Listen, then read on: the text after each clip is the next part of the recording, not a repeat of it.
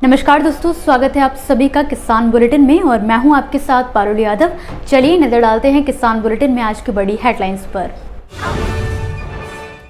मखाना की खेती करने पर सरकार देगी 75% की सब्सिडी, कम लागत में मुनाफा कमा सकेंगे किसान। गन्ना किसानों के लिए उत्तर प्रदेश सरकार ने किया ऐलान, गन्ने के बीजों की कीमतों में की कटौती। गन्ना किसानों के लिए आसान होगी खेती, जब फसल को मिलेगी कंसुआ और चोटी भेदक से मुक्ति। कोराजन का इस्तेमाल करेंगे किसान तो चीनी मिलों में भी होगी गन्ने की भरमार। मेरा नाम आशीष चौधरी है जी। जानना चाह रहे हैं कि आप कोराजन का कैसे इस्तेमाल करते हैं। पहले पानी से पहले बुआई पर 40 से 45 दिन का पौधा आपका हो जाए। 150 ml कोरोजन 400 लीटर पानी में मिलाकर लाभ मिलेगा जरूर। ईस्ट या west, Coragen is the best. Coragen सबसे बेस्ट। कोराजन में है रेनेक्सपियर की शक्ति, जो कंसुआ और चोटी भेदक से देता है लंबी सुरक्षा और दमदार पैदावार। तभी तो माने हैं जन जन, सफलता की कुंजी है कोराजन।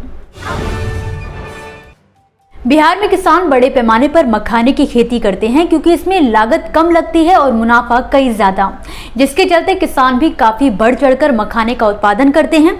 मगर मखाना उत्पादन में मेहनत ज्यादा लगती है, ऐसे में किसानों की रुचि इस ओर बनी रहे और मखाने के उत्पादन में भी कमी ना आए, इसीलिए बिहार सरकार भी मखाने की खेती करने के इच्छुक किसानों को इस पर सब्सिडी मुहैया करवाती है। जानकारी के अनुसार इसकी इकाई लागत करीब 97,000 रुपए है। वहीं सरकार द्वारा इस पर 75% की सब्सिडी किसानों को उपलब्ध करवाई जाती है।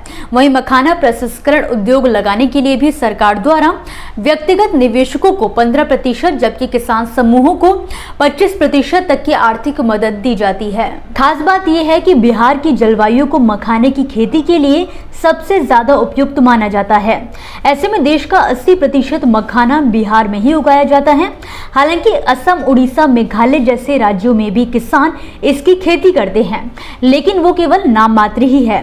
बिहार के ऐसे किसान जो सरकार की इस योजना का लाभ उठाकर मखाना की खेती करना चाहते हैं, तो सब्सिडी के लिए बिहार कृषि विभाग की ऑफिशियल वेबसाइट पर आवेदन कर सकते हैं।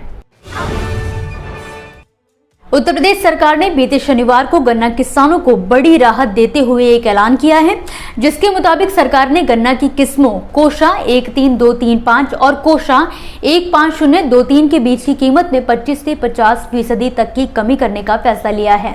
इस बारे में ज्यादा जानकारी देते हुए उत्तर प्रदेश के चीनी उद्योग एवं गन्ना विकास विभाग के अपर मुख्य सचिव संजय आर भूषरेड्डी ने बताया कि सरकार ने गन्ने की इन दोनों नवीन किस्मों की सुलभ उपलब्धता सुनिश्चित करने के लिए किसानों को कम कीमत पर इनके बीज मुहैया कराने का फैसला किया है। अब किसान बड़ी ही आसानी से इन दोनों किस्मों के बीज सरकार द्वारा निर्धारित बीज केंद्रों से खरीद सकेंगे। डॉक्टर भूसरेड्डी ने बताया कि गन्ने की नवीन किस्म कोशा 13235 के अभिजनक बीज की मौजूदा कीमत 1.20 रुपए प्रति बड़ की दर से 1275 रुपए प्रति क्विंटल थी, जिसे अब घटाकर 850 रुपए प्रति क्विंटल कर दिया गया है। इसके अलावा गन्ने की दूसरी नवीन किस्म कोशा 15023 के बीज की मौजूदा कीमत 1.70 रुपए प्रति बड़ की दर से 1700 रुपए प्रति क्विंटल थी। अब इस किस्म का बीज भी गन्ना किसानों को 850 रुपए प्रति क्विंटल की कीमत पर मिलेगा। इन दोनों ही किस्मों के बीज शाहजहांपुर स्थित यूपी गन्ना शोध परिषद से संबंधित बीज केंद्रों और चीनी मिलों फर्मों से 850 रुपए प्रति क्विंटल की कीमत पर किसानों को उपलब्ध करवाया जाएगा। दोस्तों, ये थी वो खबरें जिन्हें हमने आप तक विस्तार से पहुंचाया, लेकिन अब हम बात करेंगे कुछ ऐसी खबरों की जिनके बारे में भी आपके पास जानकारी होना जरूरी है। तो चलिए फटाफट से एक नजर डालते हैं खेती किसानी और कृषि क्षेत्र से जुड़ी आज की छोटी बड़ी अपडेट्स पर। हाल ही में उत्तर प्रदेश के लखनऊ में कुछ ऐसा हुआ जिसे देखकर देखने वाले भी हैरान रह गए।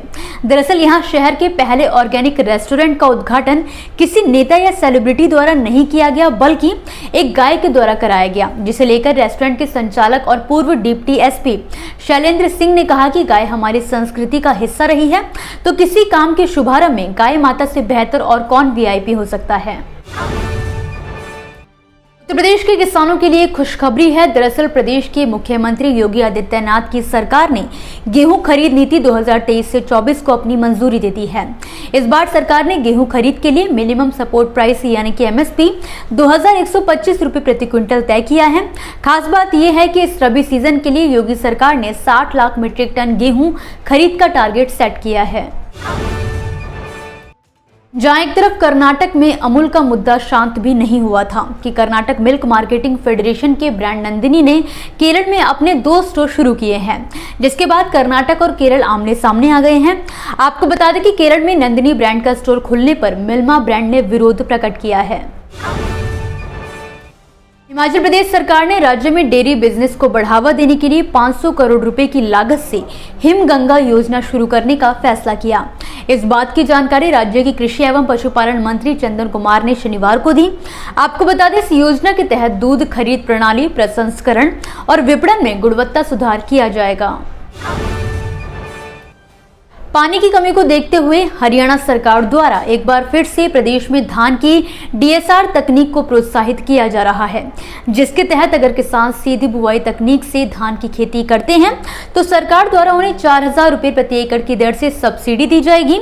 योजना के बारे में ज्यादा जानकारी के लिए agriharyana.gov.in पर जाकर विजिट किया जा सकता है।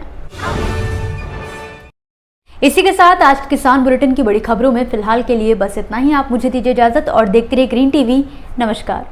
देखिए ग्रीन टीवी YouTube पर भी, बस सब्सक्राइब करें और बेल आइकन दबाएं।